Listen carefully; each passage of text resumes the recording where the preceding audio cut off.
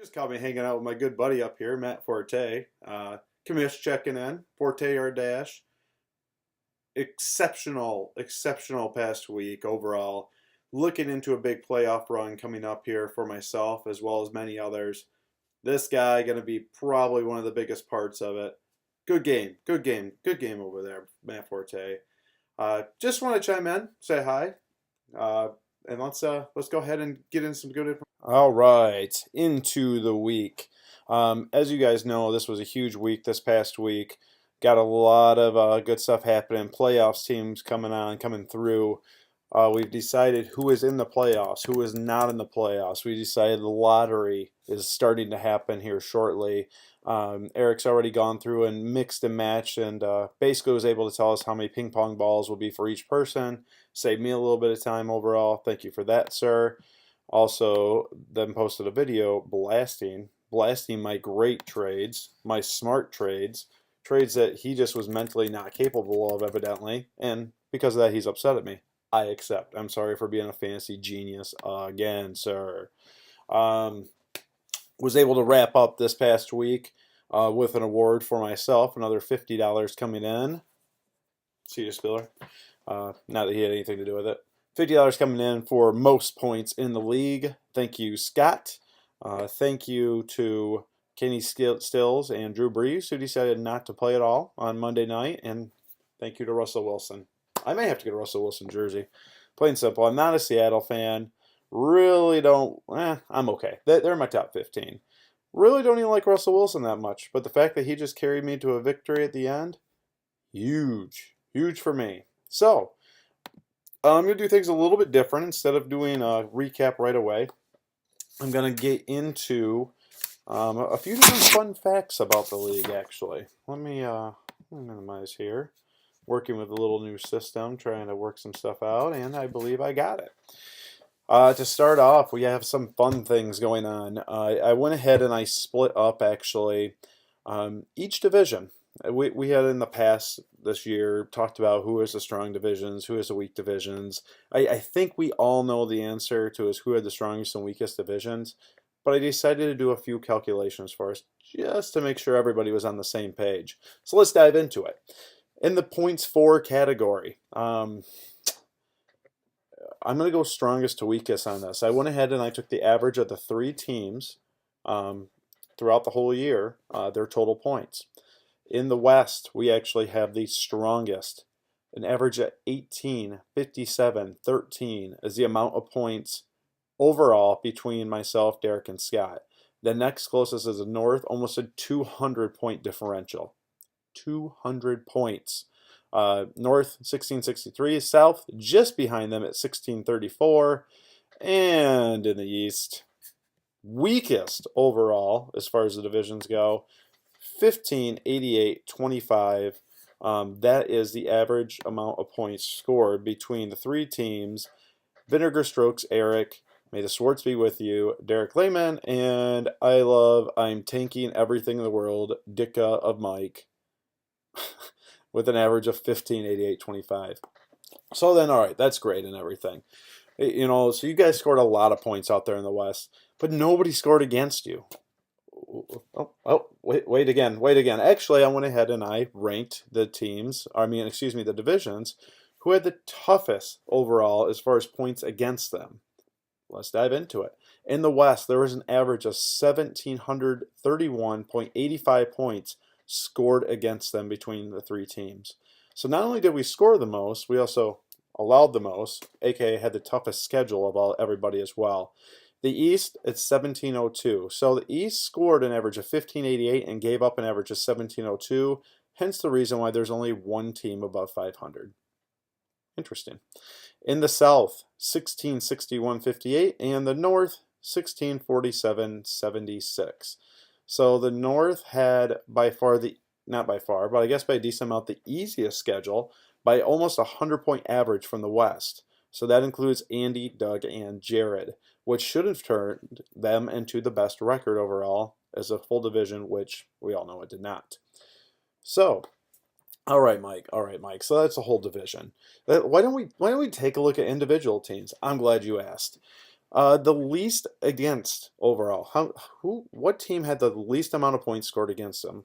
You know, Mr. Eric Helmholt, who has been talking quite a bit of trash about Dustin's schedule. I've talked trash about Andy's schedule.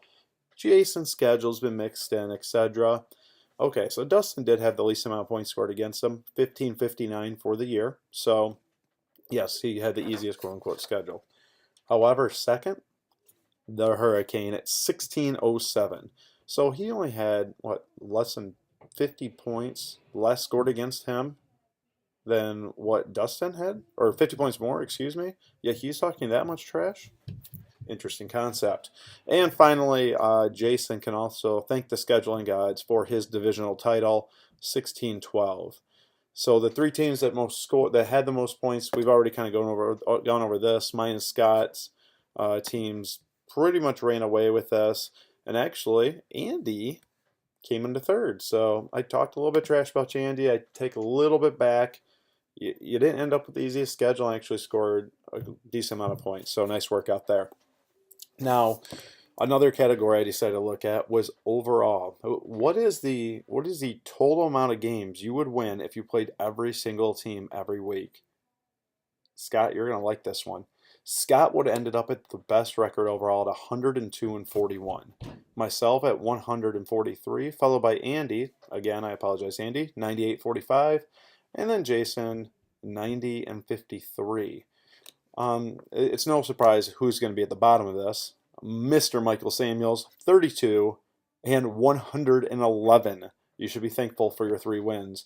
Derek Naberta would have actually had a better record than you at 33 and 110, followed by Jared at 41 and 102. So I also want to get into a little bit of the quality of the teams throughout a regular season. You know, who are the players that scored the most this year? And of those players, who actually had those particular players on their team? Glad you asked again. Here it comes. So we went for top overall players. And, you know, running backs, wide receivers, they went for the biggest amount this year.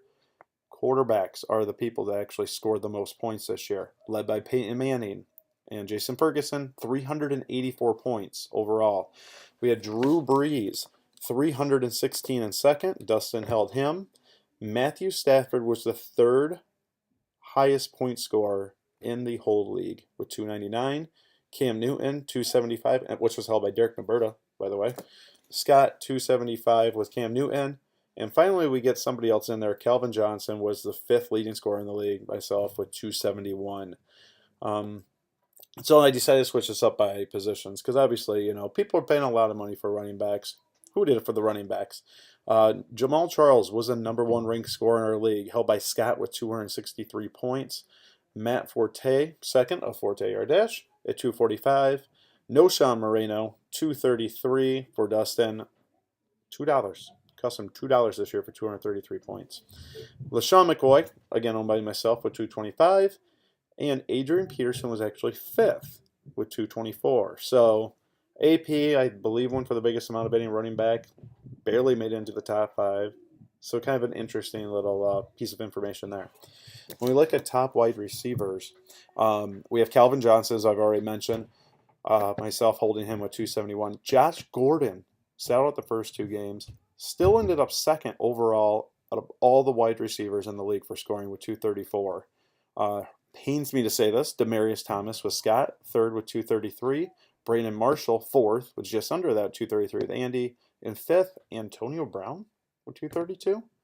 So some names maybe you don't expect out of that.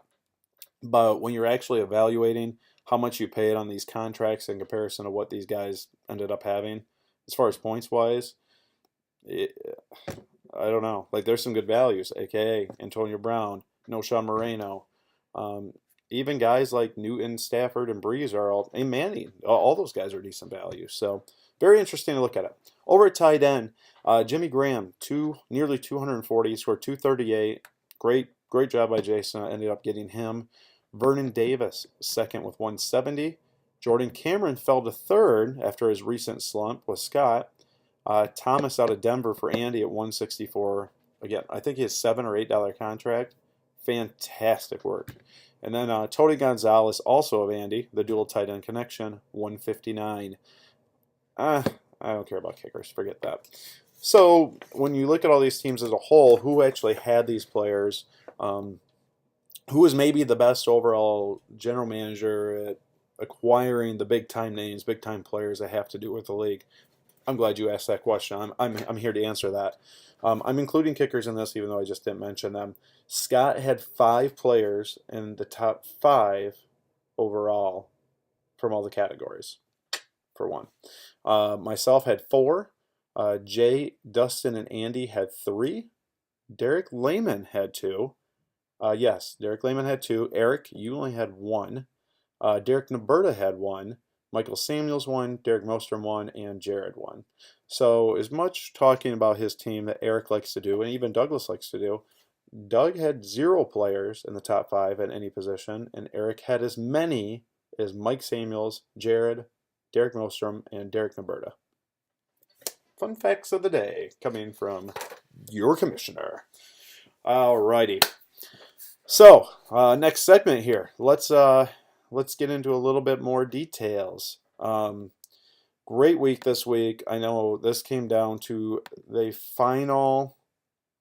Oops, just got a message here. This came down to literally some of the final plays as far as who got to the playoffs. As you guys know by now, I ended up against the Prodigy for this coming week. Vinegar Strokes against Pierce Brosnan. Final answer in the Consolation Division will be playing against Team 10. And I love Mike Dicka against Duke.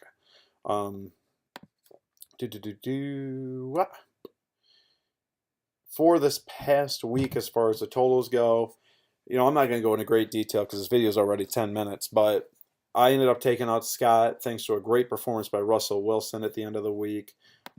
Scott came to play. Scott did a good job. 132. Unfortunately, his players didn't. Unfortunately, again for Scott, he got stuck in the toughest division in the league. Ended up with my 7th straight win and the hottest team going into the playoffs. Dutch Oven probably had the worst luck. He didn't get great point totals from some of those big time names like the Antonio Brown that we talked about. Demaryius Thomas and Giovanni Bernard did not hurt me. They actually helped me via this trade. In this particular instance, they only had 22 combined points. So pretty happy about that. Stills put up only 1 for him, and I overcame a 0 from Boykin to continue on and be playoff bound.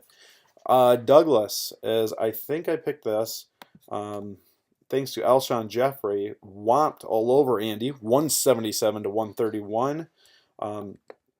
He can go ahead and thank Alshon, Rob Gronkowski, Steven Jackson, all having really big games. Andy just didn't get the type of performance he needed to keep up with actually a good team. Is Brandon Marshall didn't get the receptions Jeffrey did. Lamar Miller and Austin continue to be all over the place. I think Andy's inconsistency is going to be the thing that hurts him in the long run.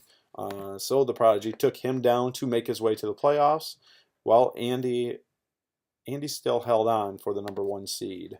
Jason took care of Michael Samuels, the final answer, by about 50 points.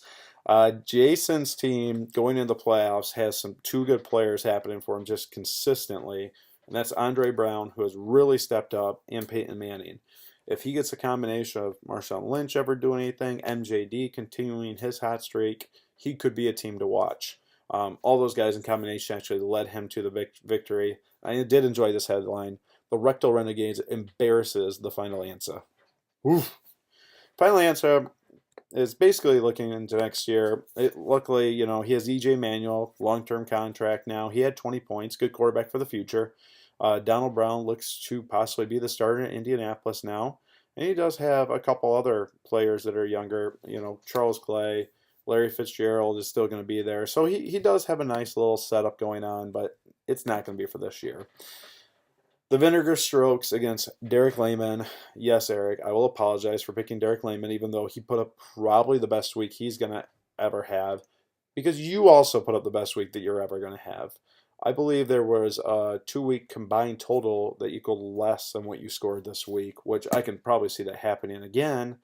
Again, though, when Eric Decker and Josh Gordon combine for almost 100 points, you're going to win every single time. So, congratulations. My apologies. Welcome to the playoffs. Derek Lehman, I'm sorry. You actually had a good week. There's nothing that you could have done different. Maybe Manningham could have showed up as well as your $45 player Eifert. But other than that, you guys had a good game. Eric just absolutely demolished everybody this week. And the game that does not really matter other than ping pong balls, Jared stomped over I Love Mike Ditka. Yeah, I guess I have to. Percy Harvin didn't even play for I Love Mike Ditka. Matthew Stafford, again, the third leading scorer, had a great week for him. Other than that, he had nothing good happening. And again, on the other side, Jared, Ben Tate put up 28 points. Who knows what happens with him next year? Maybe a different team. Maybe he takes over the starting role from Foster. Who knows? He still has a combo of Torrey Smith and Keenan Allen looking very good going into next year. Philip Rivers has proved to be a pretty decent quarterback overall in fantasy. So good looking out for the future and a nice, solid win for Jared. And in the final game that somewhat mattered, Duke did take down Dustin. That was more for bragging rights within the Mostrom clan. Derek didn't even talk that much trash about it. Dustin just didn't really care because he knew that Jason would win. So it just kind of is what it is at this point. Overall, though, great game for Derek. Dustin didn't come to play. Dustin better step it up. Now he's going to start to play with the big boys. He better bring out his full team. Sean Marino just can't lead you to championships. You have to have some other people. So we'll see if the Giants players step up. We'll see if CJ Spiller was a one-week wonder or if he's back. And just kind of go from that point. So I better pause this. Oh, wait. You just caught me. Beating down the Prodigy next week. Beat him down. Wow. See you, Prodigy. Looking forward to next week. Looking forward to the playoffs. We will get back in touch hopefully tomorrow possibly and go over my playoff picks as well as a few final details. Peace.